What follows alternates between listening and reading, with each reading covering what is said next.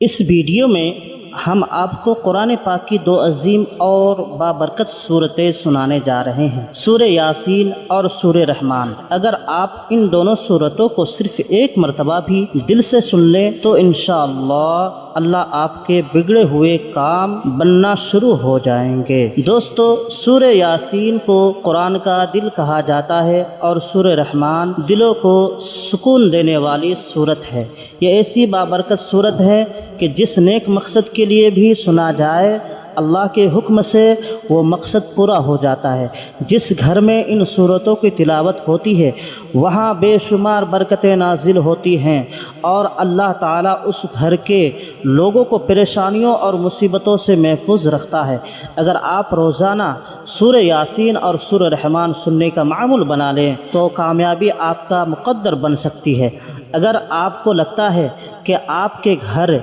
या कारोबार पर किसी का नज़र है, रिज़्क़ में तंगी है, तो अपने घर या दुकान में इन सूरतों को चलाएं। इंशाअल्लाह बुरी नज़र, जादू और दिगर मनफी असरात ख़त्म हो जाएंगे और रिज़्क़ में बेपनाह बरकत होगी। याद रखें, इन सूरतों को सिर्फ सुनना है, लेकिन शर्त यह है सुनना शुरू करें तो मुकम्मल सुनें, अधूरा ना छोड़ें। अगर आप कुरान पाक से मोहब्बत करते हैं तो इस वीडियो को अभी लाइक करें। आखिर में दुआ है कि या अल्लाह, जो लोग सूरह यासीन और सूरह रहमान को मुकम्मल सुनते हैं अपनी रहमत से उनकी तमाम परेशानियां दूर फरमा, उनके बिगड़े हुए काम बना दे और उनकी जायज़ हाजात को पूरा फरमा। आमीन। दोस्तों, कमेंट में आमीन ज़रूर लिखें, क्या पता किसकी ज़ुबान से निकली दुआ कबूल हो जाए। आप अपने दिल में नेक मकसद रखकर इन मुबारक सूरतों को सुने। बिस्मिल्लाहिर्रहमानिर्रहीम। यासीन वल क़ुरआनिल हकीम, इन्नका लमिनल मुरसलीन अला सिरातिन मुस्तक़ीम, तंज़ीलल अज़ीज़िर रहीम, लितुंज़िर क़ौमन मा उन्ज़िर आबाउहुम फ़हुम गाफ़िलून। लक़द हक़्क़ल क़ौलु अला अक्सरिहिम फ़हुम ला युमिनून। इन्ना जअलना फ़ी अअनाक़िहिम अग़लालन फ़हिय इलल अज़क़ानि फ़हुम मुक़महून। वजअलना मिन बैन अयदीहिम सद्दन वमिन खल्फ़िहिम सद्दन फ़अग़शयनाहुम फ़हुम ला युबसिरून। वसवाउन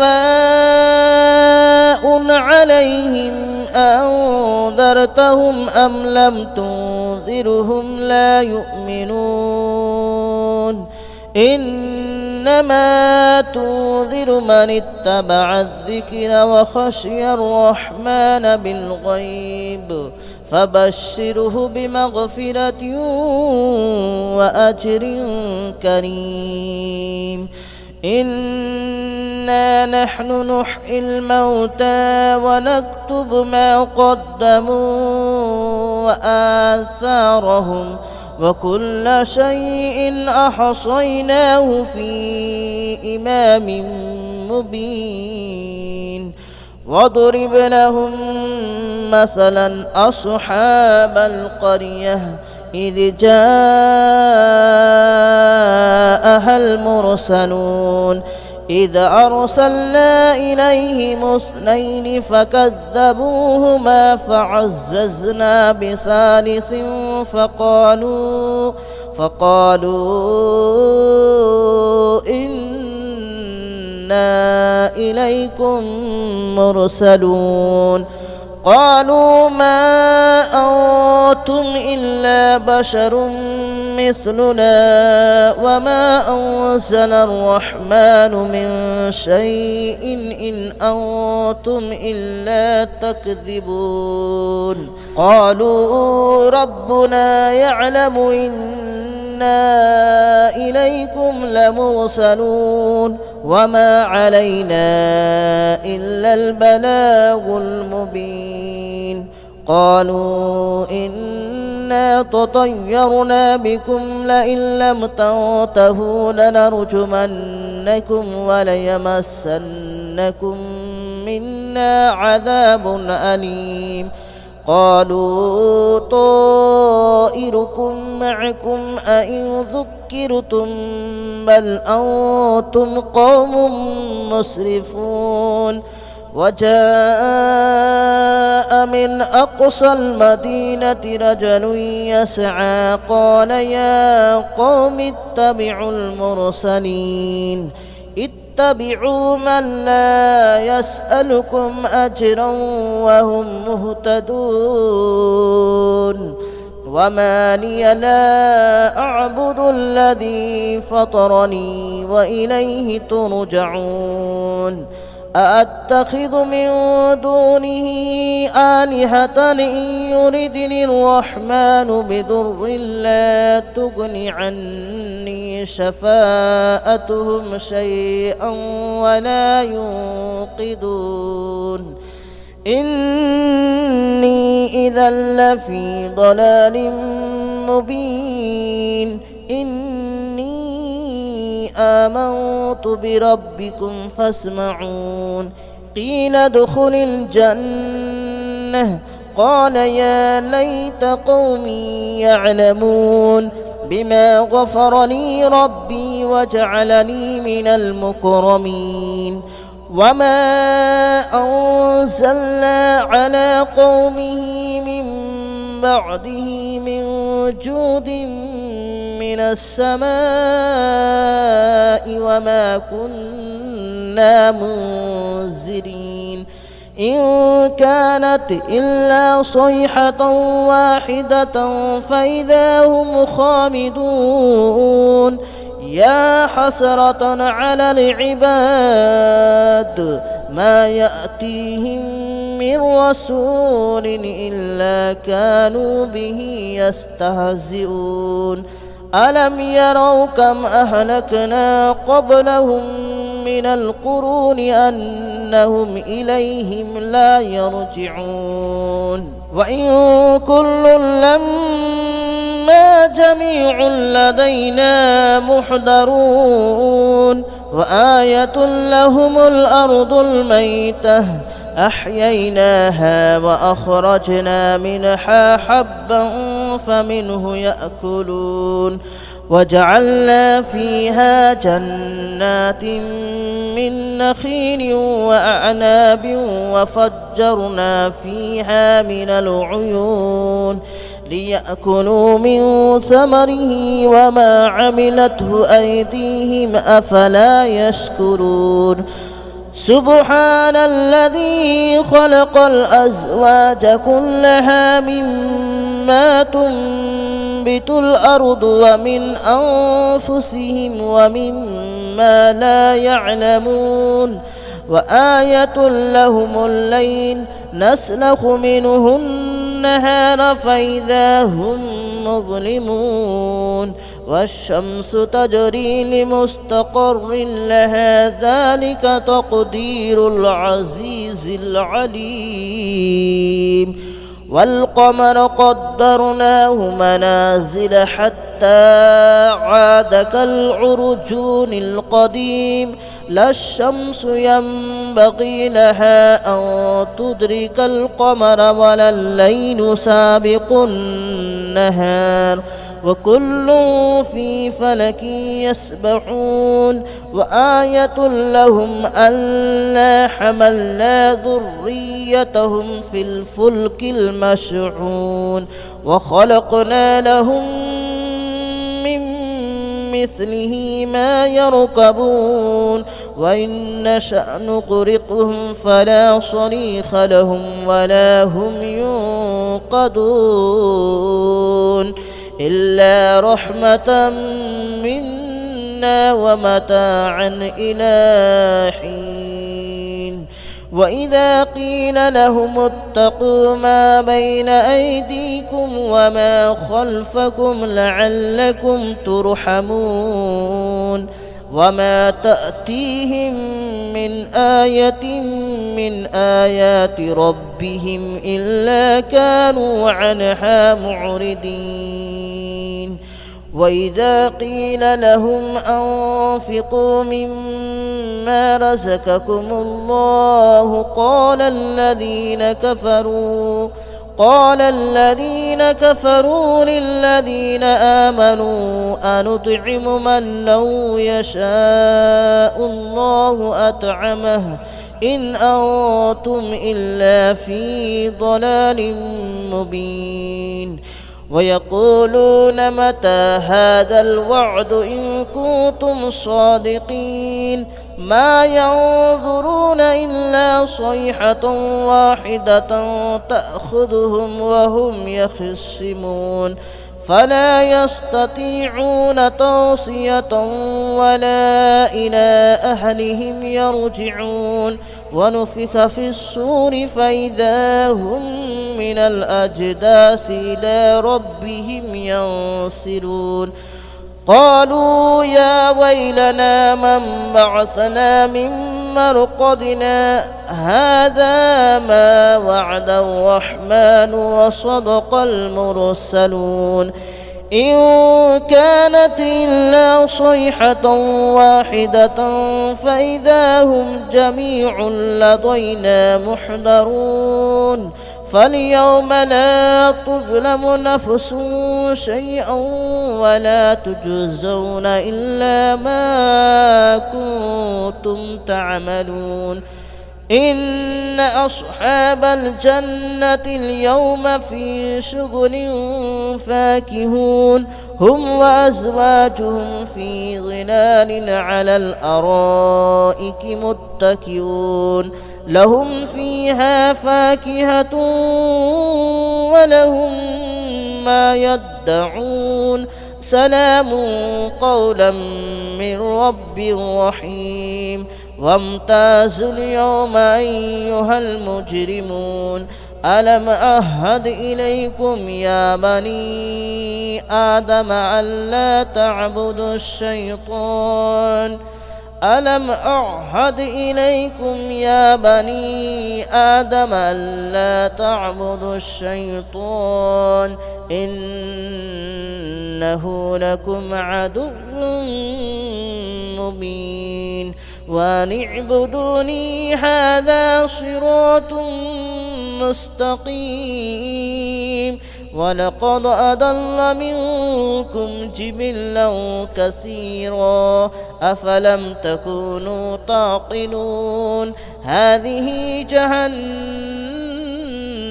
التي كنتم توعدون اصلوها اليوم بما كنتم تكفرون اليوم نختم على أفواههم وتكلمنا أيديهم وتشهد أرجلهم بما كانوا يكسبون ولو نشاء لتمسنا على أعينهم فاستبقوا الصراط فأنى يبصرون ولو نشاء لمسخناهم على مكانتهم فما استطاعوا مضيا ولا يرجعون ومن نعمره ننكسه في الخلق أفلا يعقلون وما علمناه الشعر وما ينبغي له إن هو إلا ذكر وقرآن مبين لينذر من كان حيا ويحق القول على الكافرين أولم يروا أنا خلقنا لهم مما عملت أيدينا أنعاما فهم لها مالكون وذللناها لهم فمنها ركوبهم ومنها يأكلون ولهم فيها منافع ومشارب أفلا يشكرون واتخذوا من دون الله آلهة لعلهم ينصرون لا يستطيعون نصرهم وهم لهم جند محضرون فلا يحزنك قولهم إنا نعلم ما يسرون وما يعلنون أولم ير الإنسان أنا خلقناه من نطفة فإذا هو خصيم مبين وضرب لنا مثلا ونسي خلقه قال من يحيي العظام وهي رميم قل يحييها الذي أنشأها أول مرة وهو بكل خلق عليم الذي جعل لكم من الشجر الأخضر نارا فإذا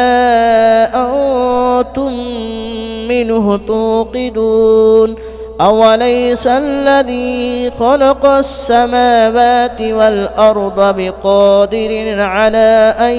يخلق مثلهم بلى وهو الخلاق العليم إنما أمره إذا أراد شيئا أن يقول له كن فيكون فسبحان الذي بيده ملكوت كل شيء وإليه ترجعون بسم الله الرحمن الرحيم الرحمن علم القرآن خلق الإنسان علمه البيان الشمس والقمر بحسبان والنجم والشجر يسجدان والسماء رفعها ووضع الميزان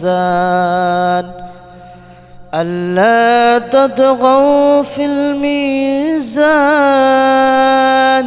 وأقيموا الوزن بالقسط ولا تخسروا الميزان والأرض وضعها للأنام فيها فاكهة والنخل ذات الأكمام والحب ذو العصف والريحان فبأي آلاء ربكما تكذبان خلق الإنسان من صلصال كالفخار وخلق الجان من مارج من نار فبأي آلاء ربكما تكذبان رب المشرقين ورب المغربين فبأي آلاء ربكما تكذبان مرج البحرين يلتقيان بينهما برزخ لا يبغيان فبأي آلاء ربكما تكذبان يخرج منهما اللؤلؤ والمرجان فبأي آلاء ربكما تكذبان وله الجوار المنشآت في البحر كالأعلام فبأي آلاء ربكما تكذبان كل من عليها فان ويبقى وجه ربك ذو الجلال والإكرام فبأي آلاء ربكما تكذبان يسأله من في السماوات والأرض كل يوم هو في شأن فبأي آلاء ربكما تكذبان سنفرغ لكم أيها الثقلان فبأي آلاء ربكما تكذبان يا معشر الجن والإنس إن استطعتم أن تنفذوا من أقطار السماوات والأرض فانفذوا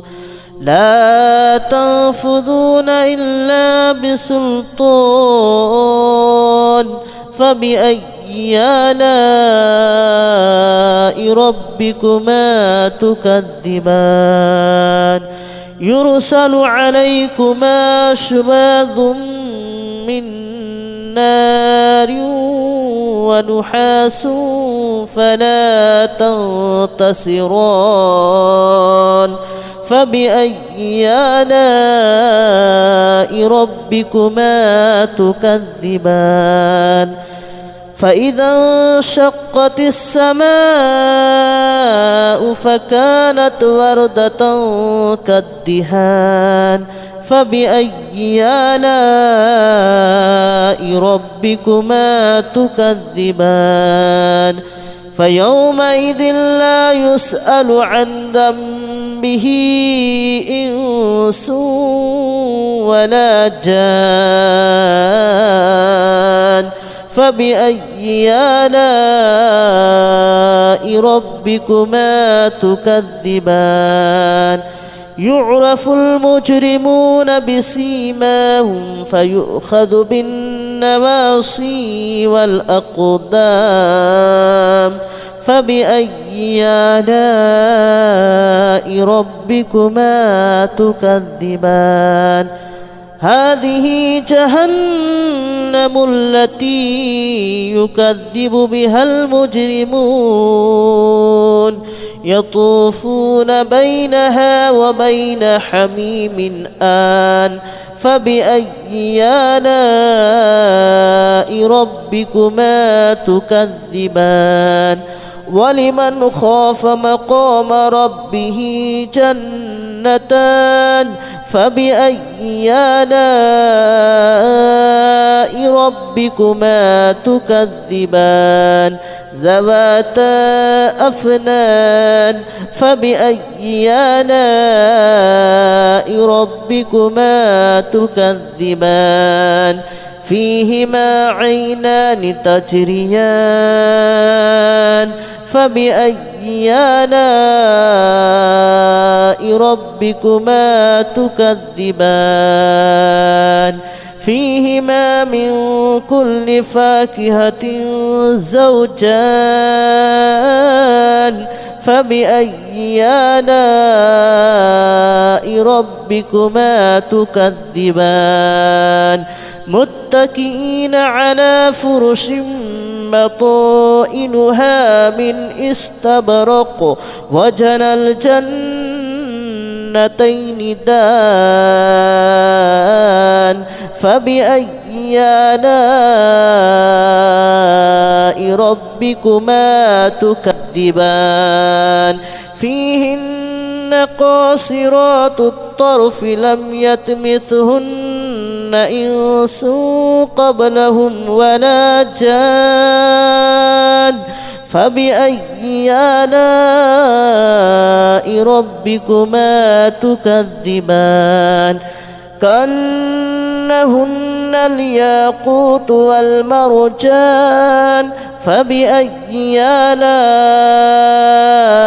ربكما تكذبان هل جزاء الإحسان إلا الإحسان فبأي آلاء ربكما تكذبان ومن دونهما جنتان فبأي آلاء ربكما تكذبان مدهامتان فبأي آلاء ربكما تكذبان فيهما عينان نضاختان فبأي آلاء ربكما تكذبان فيهما فاكهة ونخل ورمان فبأي آلاء ربكما تكذبان فيهن خيرات حسان فبأي آلاء ربكما تكذبان حور مقصورات في الخيام فبأي آلاء ربكما تكذبان لم يطمثهن إنس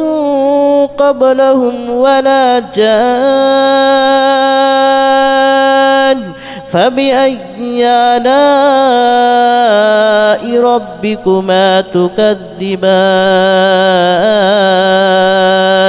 متكئين على رفرف خضر وأبقري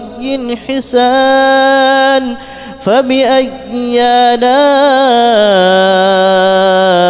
ربكما تكذبان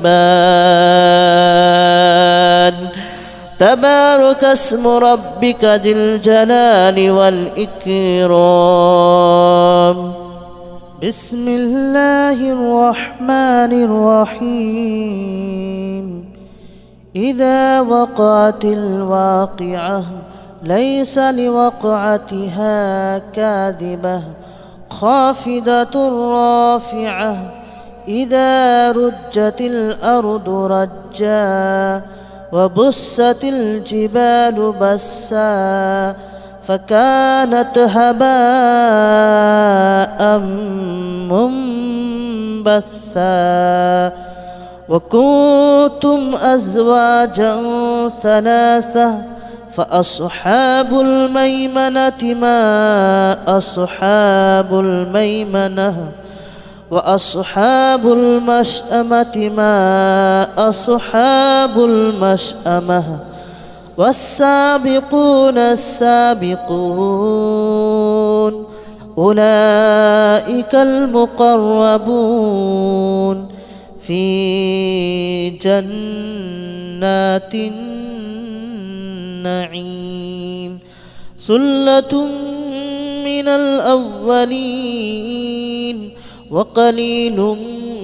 من الآخرين على سرر موضونة متكئين عليها متقابلين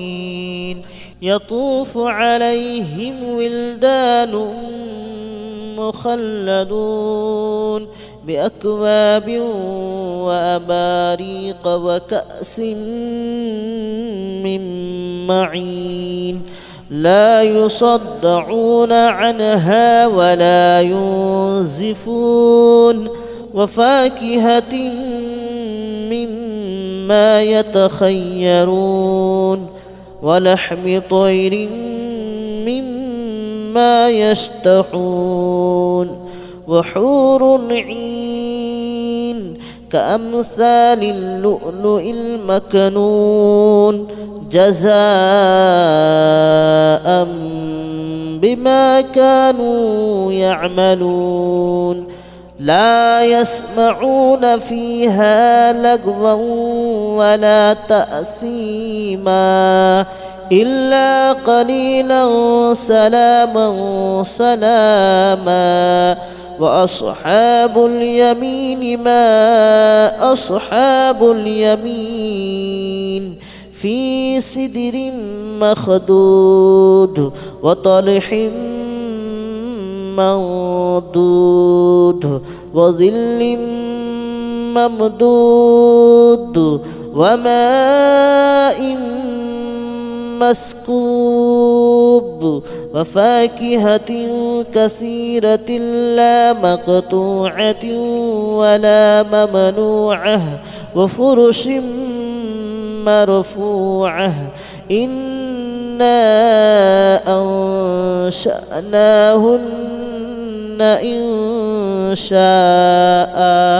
فجعلناهن أبكارا عربا أترابا لأصحاب اليمين ثلة من الأولين وثلة من الآخرين وأصحاب الشمال ما أصحاب الشمال في سموم وحميم وظل من يحموم لا بارد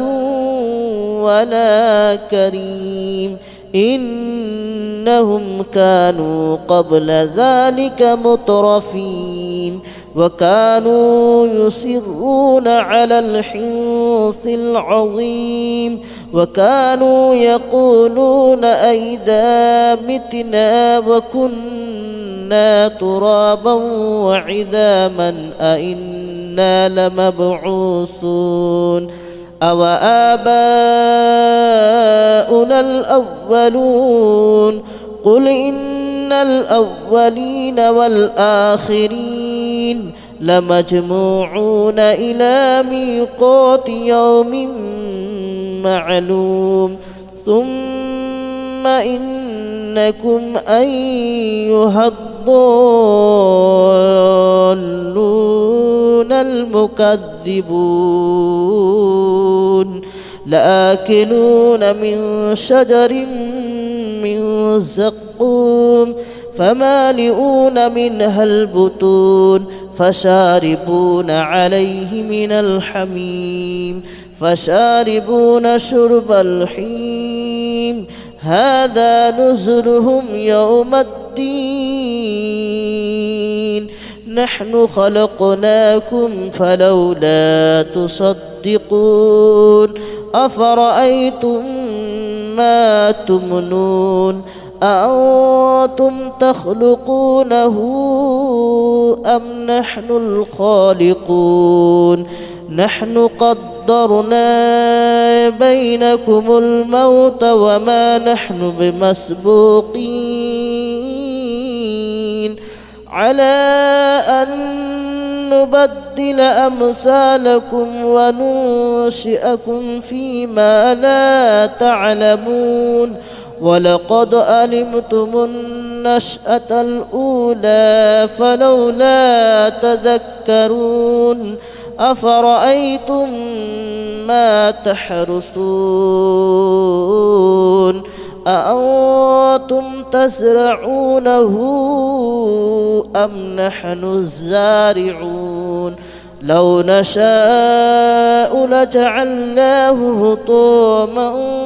فظلتم تفكهون إنا لمغرمون بل نحن محرومون أفرأيتم الماء الذي تشربون أأنتم أنزلتموه من المزن أم نحن المنزلون لو نشاء جعلناه أجاجا فلولا تشكرون أفرأيتم النار التي تورون أأنتم أنشأتم شجرتها أم نحن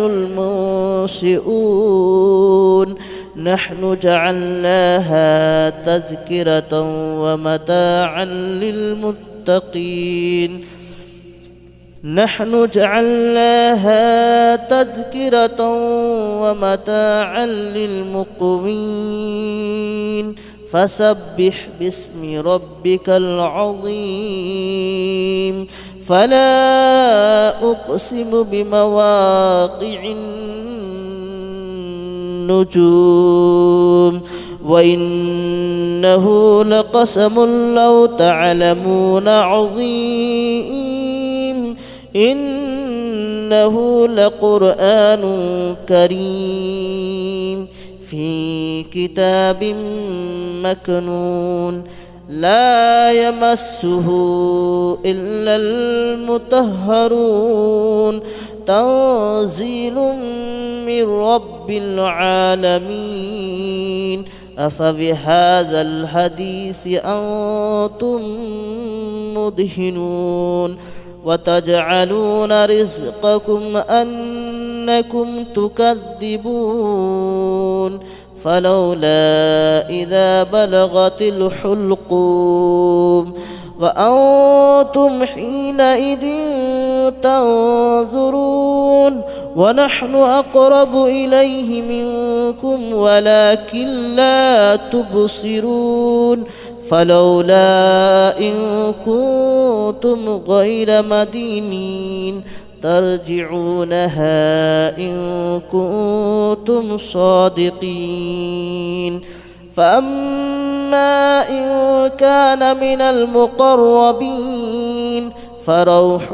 وريحان وجنة نعيم وأما إن كان من أصحاب اليمين فسلام لك من أصحاب اليمين وأما إن كان من المكذبين الضالين فنزل من حميم وتصلية جحيم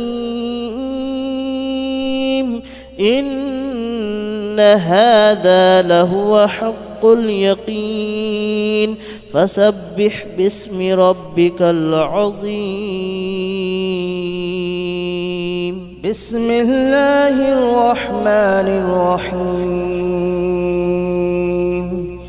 ياسين والقرآن الحكيم إنك لمن المرسلين على صراط مستقيم تنزيل العزيز الرحيم لتنذر قوما ما أنذر آباؤهم فهم غافلون لقد حق القول على أكثرهم فهم لا يؤمنون إنا جعلنا في أعناقهم أغلالا فهي إلى الأذقان فهم مقمحون وجعلنا من بين أيديهم سدا ومن خلفهم سدا فأغشيناهم فهم لا يبصرون وسواء عليهم أنذرتهم أم لم تنذرهم لا يؤمنون إنما تنذر من اتبع الذكر وخشي الرحمن بالغيب فبشره بمغفرة وأجر كريم. إنا نحن نحيي الموتى ونكتب ما قدموا وآثارهم وكل شيء أحصيناه في إمام مبين. واضرب لهم مثلا أصحاب القرية إذ جاءها المرسلون إذ أرسلنا إليهم 2 فكذبوهما فعززنا بثالث فقالوا إنا إليكم مرسلون. قالوا ما أنتم إلا بشر مثلنا وما أنزل الرحمن من شيء إن أنتم إلا تكذبون. قالوا ربنا يعلم إنا إليكم لمرسلون وما علينا إلا البلاغ المبين. قالوا إنا تطيرنا بكم لئن لم تنتهوا لنرجمنكم وليمسنكم منا عذاب أليم. قالوا طائركم معكم أئن ذكرتم بل أنتم قوم مسرفون. وجاء من أقصى المدينة رجل يسعى قال يا قوم اتبعوا المرسلين اتبعوا من لا يسألكم أجرا وهم مهتدون. وما لي لا أعبد الذي فطرني وإليه ترجعون. أأتخذ من دونه آلهة إن يردني الرحمن بضر لا تغن عني شفاءتهم شيئا ولا ينقذون. إني إذا لفي ضلال مبين. آمنت بربكم فاسمعون. قيل ادخل الجنة قال يا ليت قومي يعلمون بما غفر لي ربي وجعلني من المكرمين. وما أنزلنا على قومه من بعده من جود من السماء وما كنا منزلين. إن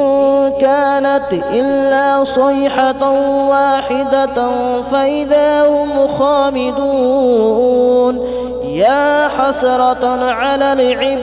العباد ما يأتيهم من رسول إلا كانوا به يستهزئون. ألم يروا كم أهلكنا قبلهم من القرون أنهم إليهم لا يرجعون. وإن كل لما جميع لدينا محضرون. وآية لهم الأرض الميتة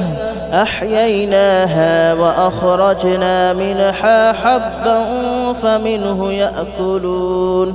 وجعلنا فيها جنات من نخيل وأعناب وفجرنا فيها من العيون ليأكلوا من ثمره وما عملته أيديهم أفلا يشكرون. سبحان الذي خلق الأزواج كلها مما تنبت الأرض ومن أنفسهم ومما لا يعلمون. وآية لهم الليل نسلخ منه النهار فإذا هم مظلمون والشمس تجري لمستقر لها ذلك تقدير العزيز العليم والقمر قدرناه منازل حتى عاد كالعرجون القديم لا الشمس ينبغي لها أن تدرك القمر ولا الليل سابق النهار وكل في فلك يسبحون وآية لهم ألا حملنا ذريتهم في الفلك المشحون وخلقنا لهم من مثله ما يركبون وإن نشأ نغرقهم فلا صريخ لهم ولا هم ينقذون إلا رحمة منا ومتاعا إلى حين وإذا قيل لهم اتقوا ما بين أيديكم وما خلفكم لعلكم ترحمون وما تأتيهم من آية من آيات ربهم إلا كانوا عنها معرضين وإذا قيل لهم أنفقوا مما رزقكم الله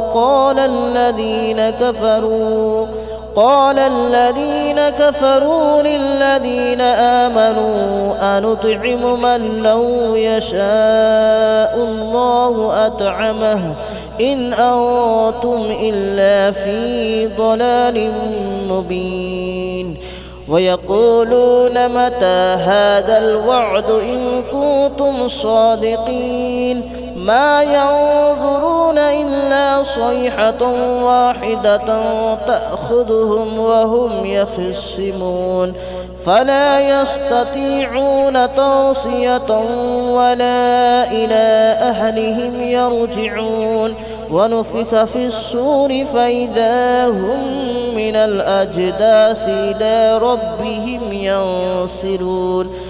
قالوا يا ويلنا من بعثنا من مرقدنا هذا ما وعد الرحمن وصدق المرسلون إن كانت إلا صيحة واحدة فإذا هم جميع لدينا محضرون فاليوم لا تظلم نفس شيئا ولا تجزون إلا ما كنتم تعملون إن أصحاب الجنة اليوم في شغل فاكهون هم وأزواجهم في ظلال على الأرائك متكئون لهم فيها فاكهة ولهم ما يدعون سلام قولا من رب رحيم وامتازوا اليوم أيها المجرمون ألم أعهد إليكم يا بني آدم ألا تعبدوا الشيطان ألم أعهد إليكم يا بني آدم ألا تعبدوا الشيطان إنه لكم عدو مبين وأن اعبدوني هذا صراط مستقيم ولقد أضل منكم جبلا كثيرا أفلم تكونوا تعقلون هذه جهنم التي كنتم توعدون اصلوها اليوم بما كنتم تكفرون اليوم نختم على أفواههم وتكلمنا أيديهم وتشهد أرجلهم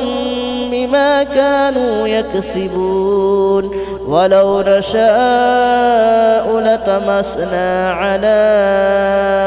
أعينهم فاستبقوا الصراط فأنى يبصرون ولو نشاء لمسخناهم على مكانتهم فما استطاعوا مضيا ولا يرجعون ومن نعمره ننكسه في الخلق أفلا يعقلون وما علمناه الشعر وما ينبغي له إن هو إلا ذكر وقرآن مبين لينذر من كان حيا ويحق القول على الكافرين أولم يروا أنا خلقنا لهم مما عملت أيدينا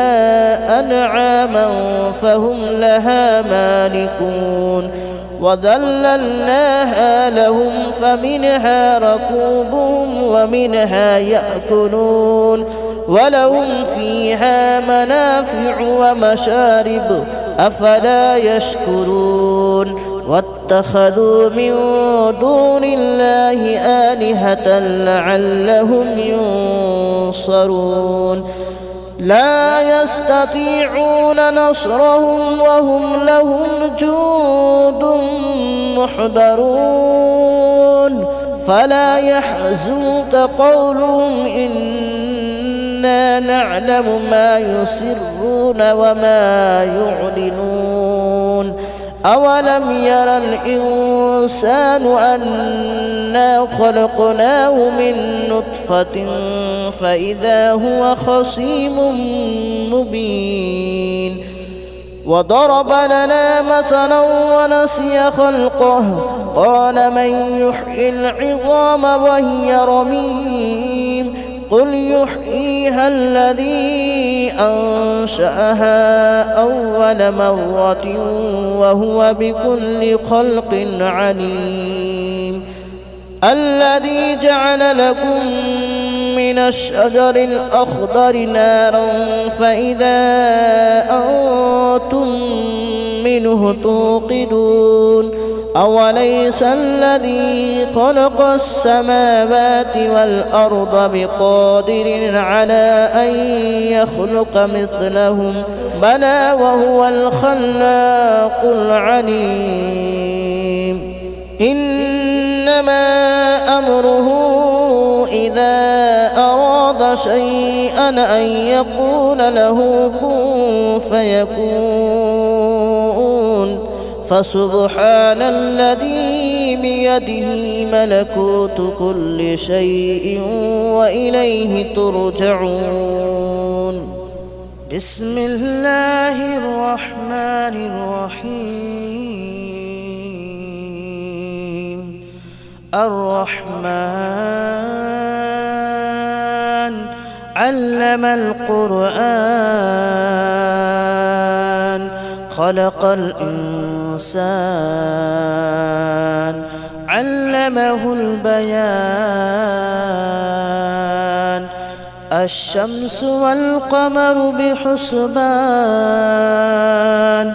والنجم والشجر يسجدان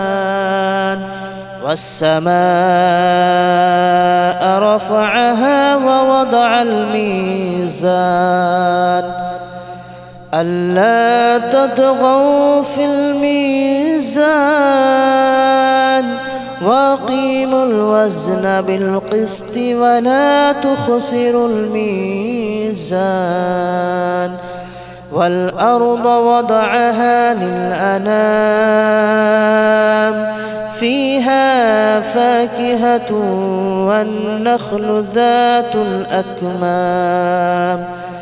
والحب ذو العصف والريحان فبأي آلاء ربكما تكذبان خلق الإنسان من صلصال كالفخار وخلق الجان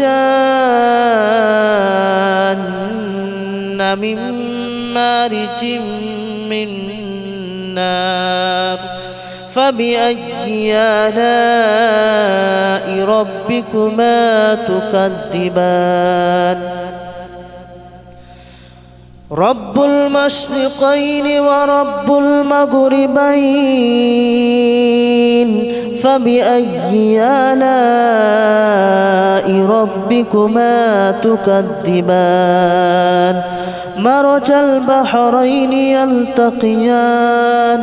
بينهما برزخ لا يبغيان فبأي آلاء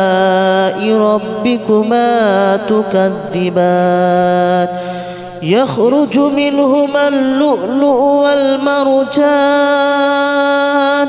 فبأي آلاء ربكما تكذبان وله الجوار المنشآت في البحر كالأعلام فبأي آلاء ربكما تكذبان كل من عليها فان ويبقى وجه ربك ذو الجلال والإكرام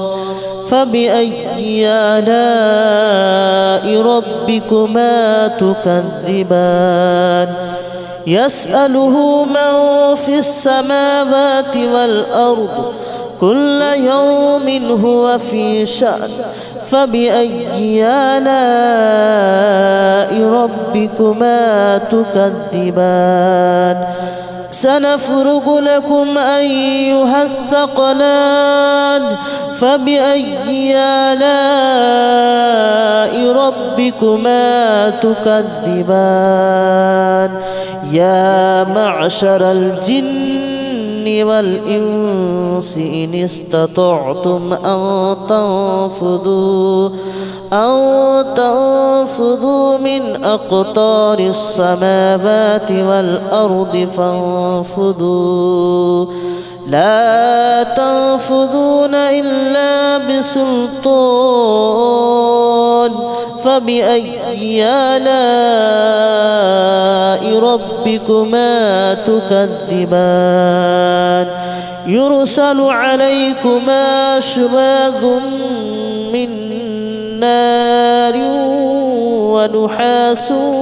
فلا تنتصران فبأي آلاء ربكما تكذبان فإذا انشقت السماء فكانت وردة كالدهان فبأي آلاء ربكما تكذبان فيومئذ لا يسأل عن ذنبه إنس ولا جان فبأي آلاء ربكما تكذبان يعرف المجرمون بسيماهم فيؤخذ بالنواصي والأقدام فبأي آلاء ربكما تكذبان هذه جهنم التي يكذب بها المجرمون يطوفون بينها وبين حميم آن فبأي آلاء ربكما تكذبان ولمن خاف مقام ربه جنتان فبأي آلاء ربكما تكذبان ذواتا أفنان فبأي آلاء ربكما تكذبان فيهما عينان تجريان فبأي آلاء ربكما تكذبان فيهما من كل فاكهة زوجان فبأي آلاء ربكما تكذبان متكئين على فرش بطائنها من استبرق وجنى الجنتين دان فبأي آلاء ربكما تكذبان فيهن قاصرات الطرف لم يطمثهن إنس قبلهم ولا جان فبأي آلاء ربكما تكذبان كأنهن الياقوت والمرجان فبأي آلاء ربكما تكذبان هل جزاء الإحسان إلا الإحسان فبأي آلاء ربكما تكذبان ومن دونهما جنتان فبأي آلاء ربكما تكذبان مدهامتان فبأي آلاء ربكما تكذبان فيهما عينان نضاختان فبأي آلاء ربكما تكذبان فيهما فاكهة ونخل ورمان فبأي آلاء ربكما تكذبان فيهن خيرات حسان فبأي آلاء ربكما تكذبان حور مقصورات في الخيام فبأي آلاء ربكما تكذبان لم يطمثهن إنس قبلهم ولا جان فبأي آلاء ربكما تكذبان متكئين على رفرف خضر وأبقري حسان فبأي آلاء ربكما تكذبان تبارك اسم ربك ذي الجلال والإكرام بسم الله الرحمن الرحيم إذا وقعت الواقعة ليس لوقعتها كاذبة خافضة رافعة إذا رجت الأرض رجا وبست الجبال بسا فكانت هباء منبثا وكنتم أزواجا ثلاثة فأصحاب الميمنة ما أصحاب الميمنة وأصحاب المشأمة ما أصحاب المشأمة والسابقون السابقون أولئك المقربون في جنات النعيم ثلة من الأولين وقليل من الآخرين على سرر موضونة متكئين عليها متقابلين يطوف عليهم ولدان مخلدون بأكواب وأباريق وكأس من معين لا يصدعون عنها ولا ينزفون وفاكهة مما يتخيرون ولحم طير مما يشتهون وحور عين كأمثال اللؤلؤ المكنون جزاء بما كانوا يعملون لا يسمعون فيها لغوا ولا تأثيما إلا قليلا سلاما سلاما وأصحاب اليمين ما أصحاب اليمين في سدر مخدود وطلح منضود وظل ممدود وماء مسكوب وفاكهة كثيرة لا مقطوعة ولا ممنوعة وفرش مرفوعة إنا أنشأناهن إن شاء فجعلناهن أبكارا عربا أترابا لأصحاب اليمين ثلة من الأولين وثلة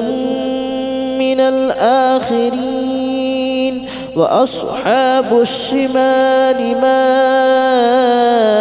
أصحاب الشمال في سموم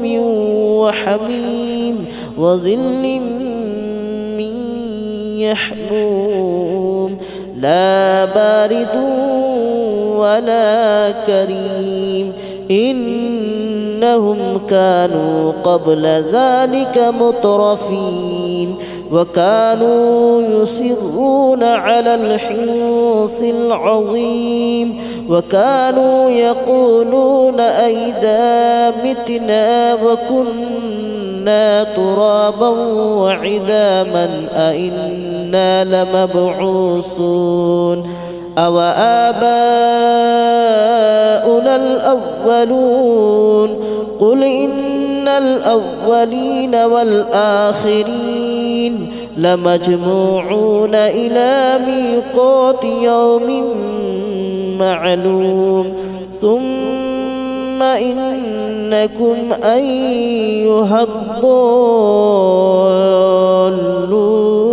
المكذبون لآكلون من شجر من زقوم فمالئون منها البطون فشاربون عليه من الحميم فشاربون شرب الحميم هذا نزلهم يوم الدين نحن خلقناكم فلولا تصدقون أفرأيتم ما تمنون أأنتم تخلقونه أم نحن الخالقون نحن قدرنا بينكم الموت وما نحن بمسبوقين على أن نبدل أمثالكم وننشئكم فيما لا تعلمون ولقد علمتم النشأة الأولى فلولا تذكرون أفرأيتم ما تحرثون أأنتم تزرعونه أم نحن الزارعون لو نشاء لجعلناه حطاما فظلتم تفكهون إنا لمغرمون بل نحن محرومون أفرأيتم الماء الذي تشربون أأنتم أنزلتموه من المزن أم نحن المنزلون لو نشاء جعلناه أجاجا فلولا تشكرون أفرأيتم النار التي تورون أأنتم أنشأتم شجرتها أم نحن المنشئون نحن جعلناها تذكرة ومتاعا للمتقين نحن جعلناها تذكرة ومتاعا للمقوين فسبح باسم ربك العظيم فلا أقسم بمواقع النجوم وإنه لقسم لو تعلمون عظيم إنه لقرآن كريم في كتاب مكنون لا يمسه إلا المطهرون تنزيل من رب العالمين أفبهذا الحديث أنتم مدهنون وتجعلون رزقكم أنكم تكذبون فلولا إذا بلغت الحلقوم وأنتم حينئذ تنظرون ونحن أقرب إليه منكم ولكن لا تبصرون فلولا إن كنتم غير مدينين ترجعونها إن كنتم صادقين فأما إن كان من المقربين فروح وريحان وجنة نعيم وأما إن كان من أصحاب اليمين فسلام لك من أصحاب اليمين وأما إن كان من المكذبين الضالين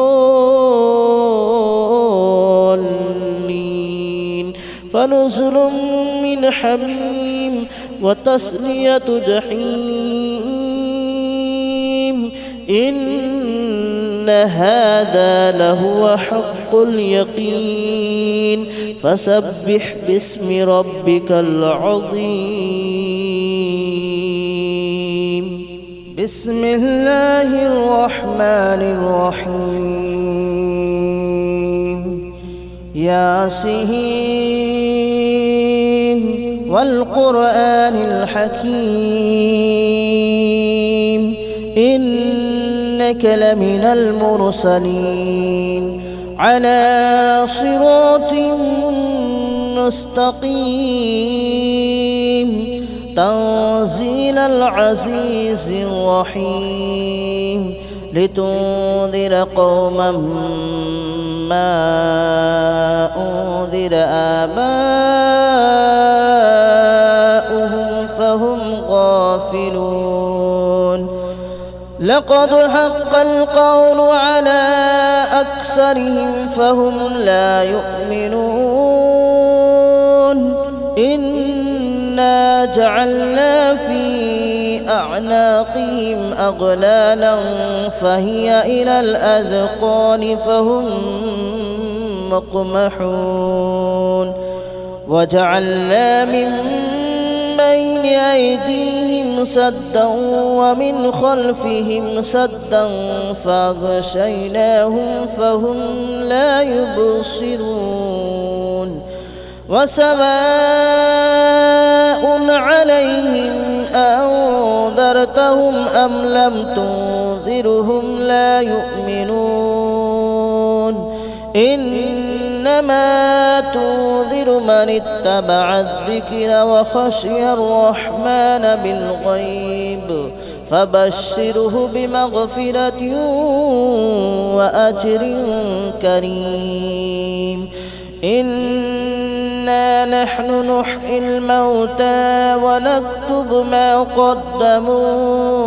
وآثارهم وكل شيء أحصيناه في إمام مبين واضرب لهم مثلا أصحاب القرية إذ جاءها المرسلون إذ أرسلنا إليهم اثنين فكذبوهما فعززنا بثالث فقالوا إنا إليكم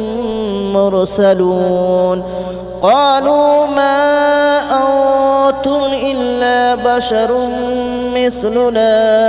وما أنزل الرحمن من شيء إن أنتم إلا تكذبون قالوا ربنا يعلم إنا إليكم لمرسلون وما علينا إلا البلاغ المبين قالوا إنا تطيرنا بكم لئن لم تنتهوا لنرجمنكم وليمسنكم منا عذاب أليم قالوا طائركم معكم أئن ذكرتم بل أنتم قوم مسرفون وجاء من أقصى المدينة رجل يسعى قال يا قوم اتبعوا المرسلين اتبعوا من لا يسألكم أجرا وهم مهتدون وما لي لا أعبد الذي فطرني وإليه ترجعون أأتخذ من دونه آلهة إن يردني الرحمن بضر لا تغن عني شفاءتهم شيئا ولا ينقذون إني إذا لفي ضلال مبين آمنت بربكم فاسمعون قيل ادخل الجنة قال يا ليت قومي يعلمون بما غفر لي ربي وجعلني من المكرمين وما أنزلنا على قومه من بعده من جود من السماء وما كنا منزلين إن كانت إلا صيحة واحدة فإذا هم خامدون يا حسرة على العباد ما يأتيهم من رسول إلا كانوا به يستهزئون ألم يروا كم أهلكنا قبلهم من القرون أنهم إليهم لا يرجعون وإن كل لما جميع لدينا محضرون وآية لهم الأرض الميتة أحييناها وأخرجنا منها حبا فمنه يأكلون وجعلنا فيها جنات من نخيل وأعناب وفجرنا فيها من العيون ليأكلوا من ثمره وما عملته أيديهم أفلا يشكرون سبحان الذي خلق الأزواج كلها مما تنبت الأرض ومن أنفسهم ومما لا يعلمون وآية لهم الليل نسلخ منه النهار فإذا هم مظلمون والشمس تجري لمستقر لها ذلك تقدير العزيز العليم والقمر قدرناه منازل حتى عاد كالعرجون القديم لا الشمس ينبغي لها أن تدرك القمر ولا الليل سابق النهار وكل في فلك يسبحون وآية لهم ألا حملنا ذريتهم في الفلك المشحون وخلقنا لهم من مثله ما يركبون وإن نشأ نغرقهم فلا صريخ لهم ولا هم ينقذون إلا رحمة منا ومتاعا إلى حين وإذا قيل لهم اتقوا ما بين أيديكم وما خلفكم لعلكم ترحمون وما تأتيهم من آية من آيات ربهم إلا كانوا عنها معرضين وإذا قيل لهم أنفقوا مما رزقكم الله قال الذين كفروا للذين آمنوا أنطعم من لو يشاء الله أطعمه إن أنتم إلا في ضلال مبين ويقولون متى هذا الوعد إن كنتم صادقين ما ينظرون إلا صيحة واحدة تأخذهم وهم يخصمون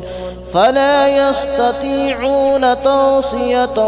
ولا إلى أهلهم يرجعون ونفخ في الصور فإذا هم من الأجداث إلى ربهم ينسلون